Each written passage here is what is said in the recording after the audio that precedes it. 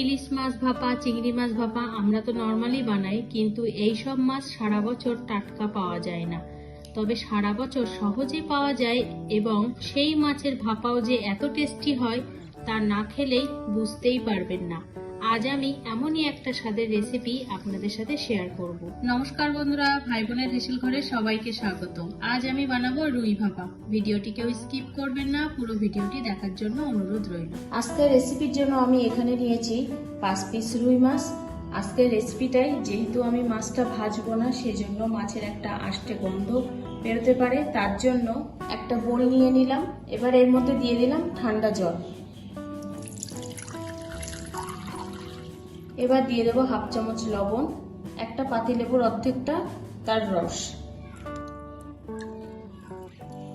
জলটা ভালোভাবে মিশিয়ে নেব লবণ এবং লেবুর রসের সাথে।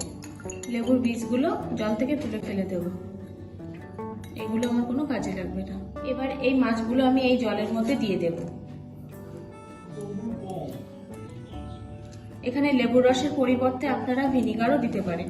এই লবণ এবং লেবুর রসে ভিজিয়ে রাখার জন্য মাছটা কিন্তু আষ্টে গন্ধ অনেকটাই চলে যাবে, সেই জন্য আমি এখানে এইভাবে ভিজিয়ে রাখলাম। এটা এবার এইভাবে 1/2 ঘন্টা রেখে দেব, ঢেকে রেখে দিলাম। মাছটা 1/2 ঘন্টা জলে ভেজানো থাক, ততক্ষণে আমি একটা আজকের রেসিপির জন্য মশলা বানিয়ে নেব। তার জন্য একটা ব্লেন্ডার জার নিয়ে নিলাম। এবার এই জারের মধ্যে দিয়ে দিলাম 1 চা চামচ সাদা সর্ষে, 1 চা চামচ কালো সর্ষে, 1 চামচ পোস্ত, 1 চামচ চারমগজ, 6 থেকে 7টা কাঁচা লঙ্কা, 1/2 চামচ লবণ, 3 চামচ মতো সর্ষের তেল। দিয়ে দেবো সামান্য একটু জল। এখানে আমি সব উপকরণগুলো কিন্তু আমার 5 পিস মাছের আন্দাজ অনুযায়ী দিয়েছি। আপনারা মাছের পরিমাণ বাড়ালে উপকরণগুলো কিন্তু বাড়াতে হবে। এবার আমি এটা একটা মিহি পেস্ট বানিয়ে নেব। সব মশলাগুলো আমার পেস্ট করা হয়ে গেছে। ঠিক এরকম একটা মিহি পেস্ট বানাতে হবে। এদিকে আমার 30 মিনিট হয়ে গেছে। আমি এবার দেখবো মাছটা কি পর্যায়ে আছে। এই দেখুন, মাছের কালারটা কিন্তু একটু লাইট হয়ে গেছে, যেটুকু রক্ত ছিল সবটাই কিন্তু বেরিয়ে গেছে। এবার আমি এগুলো জল থেকে তুলে নেব।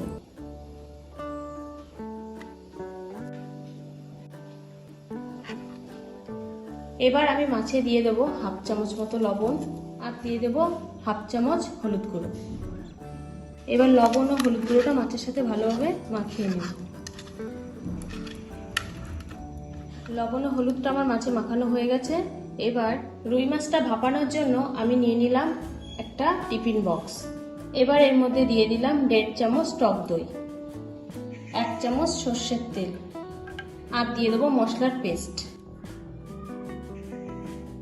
ভালো করে সবকিছুকে মিশিয়ে নেব।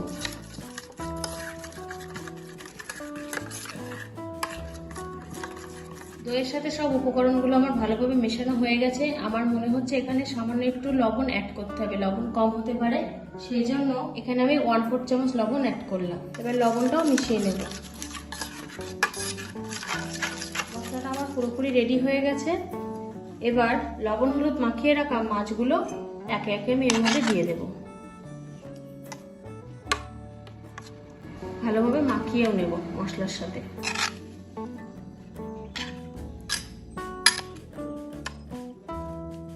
এবার দিয়ে দিলাম 4টে চেরা কাঁচা লঙ্কা আর দিয়ে দিলাম 1 চামচ সর্ষের তেল গার্নিশের জন্য। এবার টিফিন বক্সের মুখটা বন্ধ করে দেব। এবার এটা ভাপে বসাবো। এবার গ্যাসে একটা কড়াই বসিয়ে দিয়েছি। এই কড়াইয়ের মধ্যে এরকম একটা স্টিলের স্ট্যান্ড, এটাকে আমি এইভাবে দিলে অনেকটা উঁচু হয়ে যাচ্ছে, সেই জন্য আমি এটাকে উল্টে দেব। যদি কারো কাছে এই স্ট্যান্ডটি না থাকে তাহলে তার পরিবর্তে আপনারা যে কোনো বাটি বসিয়েও এটা করতে পারেন। এবার আমি এর মধ্যে দিয়ে দেব জল। এখানে আমি ছোট একটা মগের 1 মগ মতো জল দিয়েছি। এবার এর মধ্যে বাটিটা বসিয়ে দিলাম। খেয়াল রাখতে হবে বাটিটা যেন জলে ডুবে না যায়, জলে একটু লেগে থাকলেই হবে। এবার বাটিটা ঢাকা দিয়ে দিলাম। এইভাবে 20 থেকে 25 মিনিট আমি এটা ভাপে রান্না করে নেব। 20 মিনিট হয়ে গেছে। আমি এবার ঢাকাটা খুলে নিলাম, গ্যাসটাকে অফ করে দেব। কিছুক্ষণ ঠান্ডা করে নেব বাটিটা। 10 মিনিট মতো আমি রেখে দিয়েছি। বাটিটা এখন ঠান্ডা হয়ে গেছে। এবার আমি বাটির ঢাকনাটা খুলবো। দেখুন কত সুন্দর একটা কালার চলে এসেছে। এবার আমি মাছের সাথে মশলাগুলোকে একটু মাখিয়ে নেব। আবার মাছগুলো কিন্তু দেখেই বোঝা যাচ্ছে ভালো সিদ্ধ হয়ে গেছে। এটা এখন গরম গরম ভাতের সাথে খেতে কিন্তু অসাধারণ লাগবে। আজকের রেসিপিটা তাহলে এই পর্যন্ত। যে সকল নতুন বন্ধু আমার ইউটিউব চ্যানেল থেকে দেখছেন তারা অবশ্যই চ্যানেলটিকে সাবস্ক্রাইব করে দেবেন, আর যে সকল বন্ধুরা ফেসবুক থেকে দেখছেন তারা অবশ্যই ফেসবুক পেজটিকে ফলো করে দেবেন। আজ তাহলে এই পর্যন্ত, দেখা হচ্ছে পরের কোনো নতুন রেসিপিতে।